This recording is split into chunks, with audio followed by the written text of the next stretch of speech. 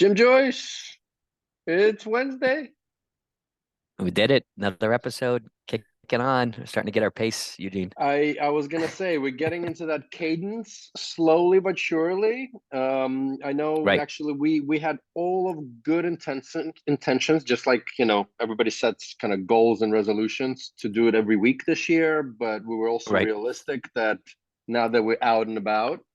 So I know yesterday you were at the Yep. yesterday last week we missed because you were at JPM Zoo and there's 100,000 people to see. So hopefully that was Right. fruitful, productive, good for you. Yeah. It's fruitful, active, energized, but exhausted. All those things, all those lovely things in one shot. All at once. I think it's the first, well, outside of the when the pandemic hit, it's the first one that I missed in a while outside of that. Yeah. Well, So there hasn't been one for 2 years right now, right? Because I think we missed 2 or 3 years for JP Morgan. So it's at well, least it's a two. good two years, I think. Yeah, I think so. Yeah. Yeah. Yeah. That was the same carry on. It was so good. People are happy to see each other, and that it seems like health has taken a lot of the digital health activity. You know, you Yeah, know, yeah. but I was actually talking to an investor and they were saying like actually it was a lot of investor to investor meetings, which is I guess interesting, right? Like for I guess existing portfolios, it's syndication up, it's ensuring they yeah, got cash, so and it was less startups yeah. apparently. But anyway, The thing, the, um, the thing about the space we operate in is always so much going on. Like if you get that many people in that kind of concentrated space, it's always going to be a bit exciting. So it was yeah, great. and I was being sent selfies left and right, and that was my major FOMO around it. But hey, anyway. So we have, as we're getting our cadence back, I'm gonna invite in another awesome, more than just a podcaster and a YouTuber in digital health. So Th- Right. the face of digital health, or faces of digital health. Welcome, Tjasa. Look at that professional mic, the I whole thing. I hope it's working. It It's working. is. You're Welcome. It's It's clear, high fidelity. awesome. Great to see you, I Chasa. Yeah, nice to see you too, James, after such a long time. Eugene, don't know if you even know, but James and I actually spoke 2 years ago when I was doing a research about the landscape of everything that's out there in medication management, and I even included Health Beacon in my Oh, look. documentary. Look at Oh, that. That's right. I remember the Oh, now James documentary. learned something new. that's fantastic. I always like to be part of the landscape. Yeah. Well, welcome to the shot. It was time. It was time to have a fellow podcaster on, but obviously there's a much more to you. So for our millions of viewers and listeners, take us through Chasa's life, um, please. Okay, We how got many time. hours do we have? What time? I'm a small baby. Okay, cool. Okay, so very briefly, I worked as a journalist for many, many years. Ever since I was in high school, it was something that I knew that I wanted to be.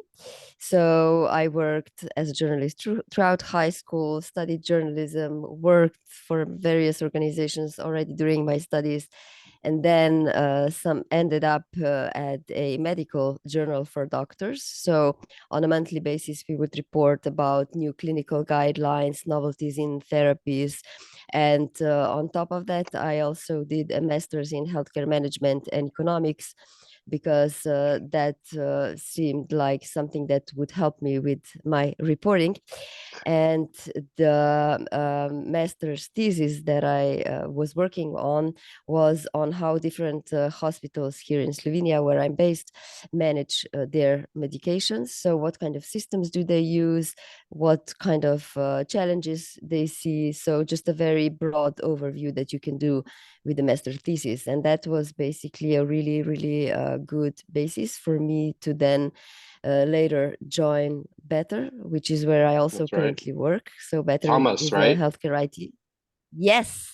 Yeah, Do you yeah. want to say? Do you want to send him a message? Just shout out. We're gonna shout out, and a fun mention. So hi, Thomas. Yeah. So Yeah, so basically, Better works on various things.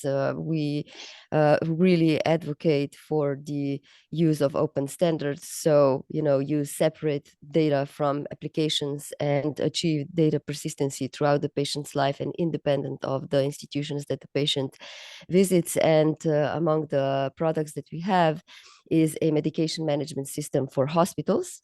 And this is the team that I'm a part of. So I work as a business developer for this team. So looking at how can we complement our product to just, work with others in the space and make something even better.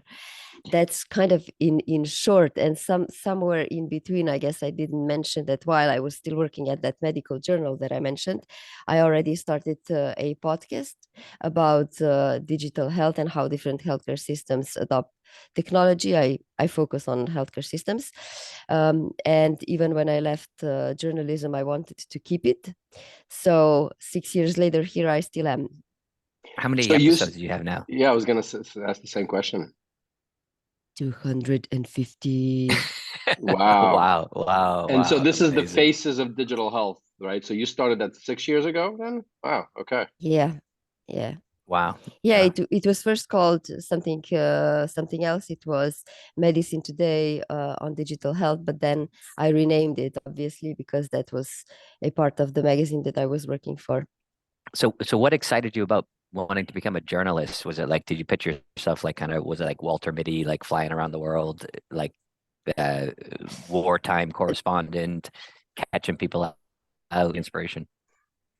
I think I just had this idea that if you are a journalist, then you can learn a lot. You can have a very broad knowledge. You can research different things that you're interested in without having a tunnel vision on just one specific problem. Right. So that was kind of my main motivation, and I wanted to test that hypothesis during my high school, and it seemed to work, so I continued. The problem is that, with the rise of the internet, blogs, and everything, it's getting increasingly difficult for media houses to survive. So that was one of the main reasons why I also decided not to work as a full-time journalist anymore.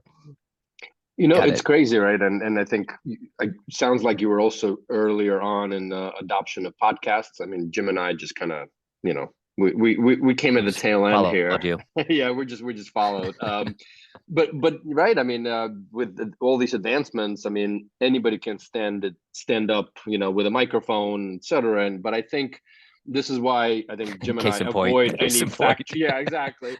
We're not telling stories here. We let our guests tell their stories, right? Because I mean, there still needs to be real journalism backed with data, right? And fact checking and no fake news, right? Hashtag. So, but where I was heading with this is, I know, I've had the pleasure to listen to a lot of the episodes, and what I love about it, you do research, unlike again Jim and I, and we just jump on the last minute and meticulously unproduce this. But how much effort does it take for you to prepare for a podcast? Like, again, for us, it takes 3 seconds, I think, about, right? Just to make sure that, Jim brushes his hair. But for you, because while you do have you're working with better, yeah, you're but professional. you're professional. Yeah, I do take at least a few hours usually to prepare the questions. It always depends on how close the topic is to me. But for example, I just recently had a discussion about ChatGPT and MedPalm in Oh, yeah. healthcare, and that one took a lot of time and a lot of discussions with my colleagues from Better, who are data scientists, so I could understand a little bit better how large language models work. We didn't really dive into that in that discussion, but I always feel very comfortable if I have a background understanding when we're talking about technical things, so I can ask meaningful follow-up questions when I'm asking the You'd be questions. happy to know, Tjasa, this was while I was doing a little kitchen cleaning and making my breakfast, which in combination and eating the breakfast, the combination takes me about an hour every morning. That was the 56 minutes that I thoroughly enjoyed the discussion. And it was, I forget the gentleman's name. One guy is from Israel. And then the other gentleman from France. Yes. What are the companies again? Alexandre Lebrun is the CEO of Nabla, and Israel Krush is the CEO of Hyro. And basically, they have both been in the space for a very long time, work with healthcare systems or healthcare clients to provide the solutions for them. I'm gonna listen to it, but like, you got to tell us what'd you learn from chat, the research, and from the conversation. What blew you away? Well, I think one thing that I'm still kind of curious to see where it's gonna go is the fact that, we mostly hear and talk about, especially on social media, about Chat GPT. I think probably because it's so widely available and so easy to find and test and be amazed by what it can do. But then, like for healthcare, you've got MedPalm, which is a large language model that's based on healthcare data, on 6 really large and complex data sets specifically for medicine. And I don't see any more reports about that or tests about that. I was just trying to figure out before this discussion if there is a way to test it, because according to some media reports, it's open source, but I can't really find anything. So I don't know, maybe we still need to do something more about that. What my aha moment was, actually, and I know at the periphery of it, but my aha moment was that the reason this kind of went more viral, I mean, GPT has gone through, as a framework, as a language model, GPT itself has gone through, stage 1, 2, now version 3, 4 is coming out next year. But I think it was brilliant to put a chat interface that any one of us can chat with that model, right? Or the set of models. And I think that's what exploded it out, right? So to your point, I think you can probably use the MedPal, just there's no chat interface that's open today, but I could be wrong. Yeah, that's why I think it would be interesting if that would change, for people in healthcare. I think that would be good to see, because I mean, Chat GPT, it's a revolution for sure. I mean, we tried it out at work. Like, we had to write because inside our team, we've got this monthly newsletter, so we get updated on what the development is doing, what the product is doing.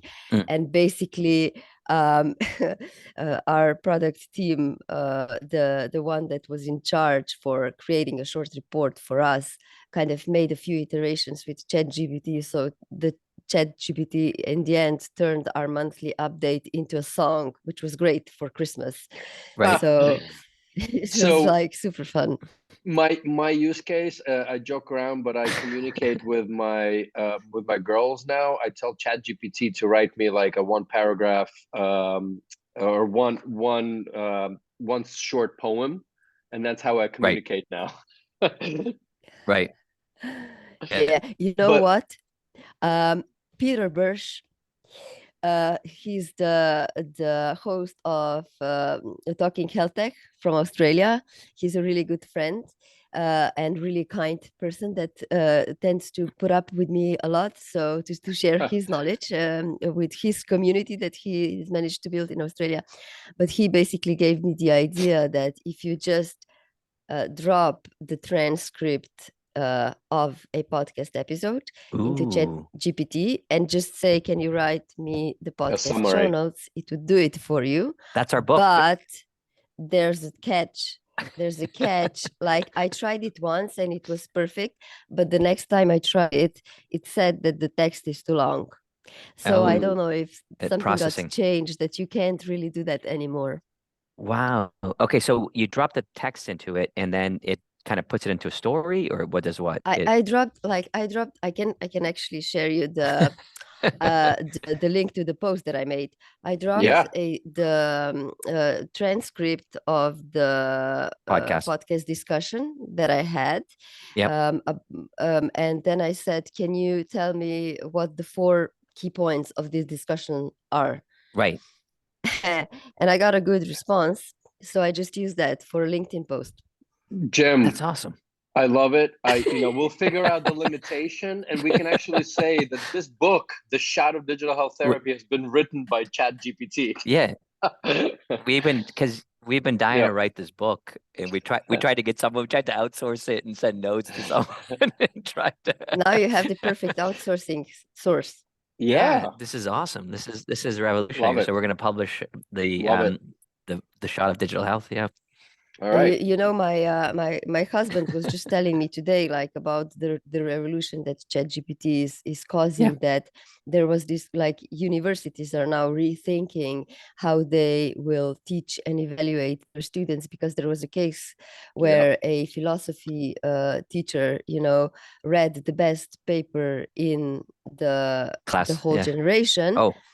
But like when he confronted the author, something seemed off. Right. Like it wasn't, there was not a large alignment. And then the student admitted that he used ChatGPT to write that paper. This is so wild. I don't know how to process this. I feel like we're, as someone that's always like, probably like you, like we're always looking for the angles and trying to find the different things inside business and, where can we add value? This is so scary on one side, so exciting and exhilarating. But this is not to get philosophical, but like any technology, including the original printing press, can be used for great and could be used for evil, right? And so I think that's the kind of the reality of any new tech. But you don't need to process it, Jim. Just process it through ChatGPT. How do I process I don't have to this? process it. Because I always found, like, one of my things I always thought, was it was quite common for everyone to say, it's like, when Google came out, and obviously one of the second largest application for Google was healthcare, was healthcare. And we won't talk about the first, but the first, was just to kind of, hey, what's wrong with me, and put it into Google.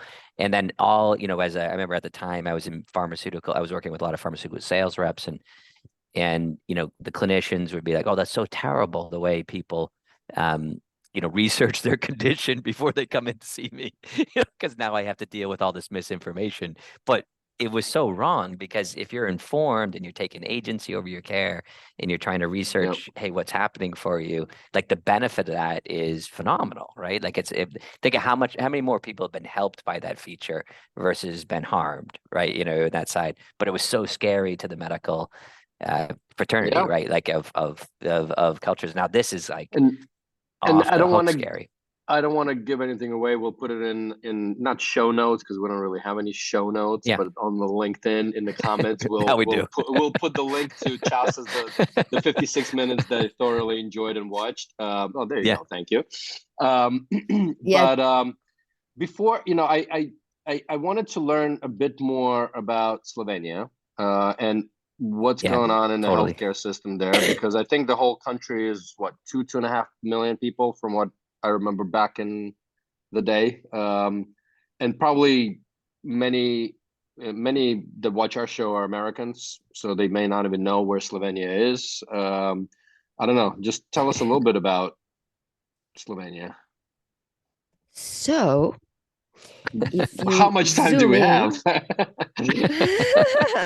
No, I won't spend that much time. Don't worry. So if you zoom in on on the map of Europe to find Slovenia, you will see that it's shaped like a chicken. Okay. And never noticed that. It's located. Yes, check it out. So it's bordered with Italy, Austria, Hungary, and Croatia.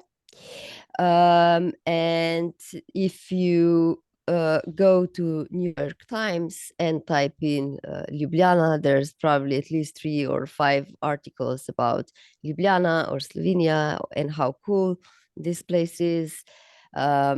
So a really beautiful country that people might want to visit.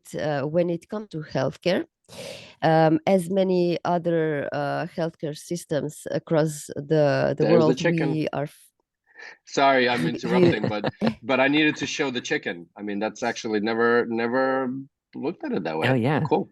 All right. but it is right. Yeah. So for the totally. people Yeah. that are watching the YouTube versus listening, we showed the chicken.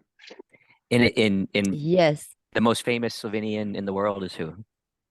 Tjasa, of course. Ooh, you got me there because I would like the first person that comes to mind is actually Melania Trump. Of course. But apart from that, Luka Doncic, Okay. who's and we've got a lot of good sports people, but I'm not into sports, so don't ask me any follow-up questions, please. And how do you say good health in Slovenian? Dobro zdravje. Excellent. You can repeat that, Eugene. Yeah, I can. Dobro zdoro, yeah. yeah. I can. It sounds almost like either in Russian or Ukrainian. Okay. Now let's jump to healthcare system, just out of curiosity, right? Because one would think Right. 2 million-ish people, smaller population, could and should be more progressive, maybe not, or Okay, so big question. Several things to say there. So, well, it's you said a small country. We currently have a huge crisis with primary care doctors. So the shortage of GPs. So 130,000 people don't have their personal GP, which is a lot for a country of 2 million people. What the government did do or is doing at the moment is that they are creating special doctors' offices for these patients that don't have their own GPs, so they can at least go there, because for the last year it was pretty awful because you basically didn't know what to do. If, for example, you wanted to go to see your doctor and you learned that that doctor retired or just left the profession.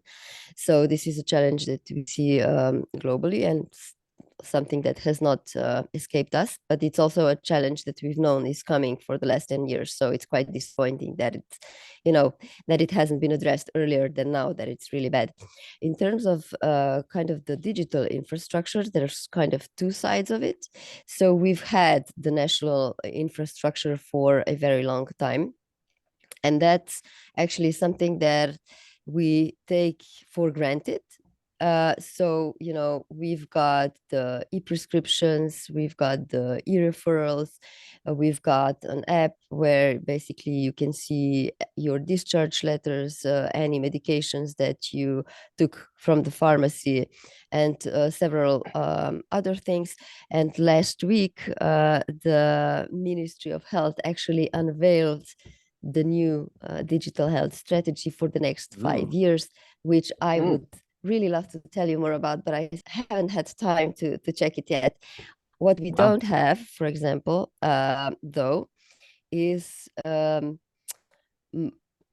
digital therapeutics are really not on the radar yet, or just kind of a systematic approach of introducing them. We have to get Megan Coder in Ljubljana. We need to get her over there. Yeah. I guess it's just like, other priorities are currently at the forefront. But yeah, I mean, in terms of the national connectivity of the healthcare providers, especially hospitals, this it's something that has been, I think, really great, especially in the way that I see many other countries are struggling. Yeah. But when you have a smaller country, it's always easier in that sense. Yeah, well, it's impressive though too. We've got living in a small country here in Ireland, and we don't national joined up system. So it's only, only What do you have? it's the strength of the system, but the whole, the architecture, the data, the discharge, do we have e-prescriptions? Yes. Start, early in that venture. We have no national record. There's no joined up record, disparate hospital and pharmacy and clinical systems, there's a lot of people fighting for it, but there's some good things about it. But so do you still get your prescriptions on paper and you have to go to the pharmacy to pick up the meds? it's both. It's both. We do have it. So it's both sides. Yeah, But you go to the pharmacy, you go to and pick it up. So we can dissect and try to solve Slovenia's and Ireland's healthcare system, but I actually maybe just go back to the 250 plus episodes. Right. Tjasa, not to pick your favorites, but more like, were there any aha moments, something that like clicked for you, something like what were some of the learnings maybe, or however you want to approach it, just anything that stand out for you in the 6 years. Shares the prettiest face of the faces. My partner and I are just watching the new season of Star Trek. Okay. Okay. Going where no one has gone before. So in that regard, I kind of am always fascinated when I get a good speaker from Africa, because I think there's just so much that we don't know about what would work there, what wouldn't work there, what do people need, what they don't need. So there's just these assumptions of what kind of technologies, if they were made cheap enough, would work for that market. And one thing that I thought was interesting last year was that basically a lot of the equipment comes to Africa secondhand, because you can't really produce anything in Africa because there's no infrastructure there for the production. So you don't have production facilities as you would have in the US or Europe or Asia. So that was one of the thoughts that kind of stuck with me, if I just limit myself to one. Awesome.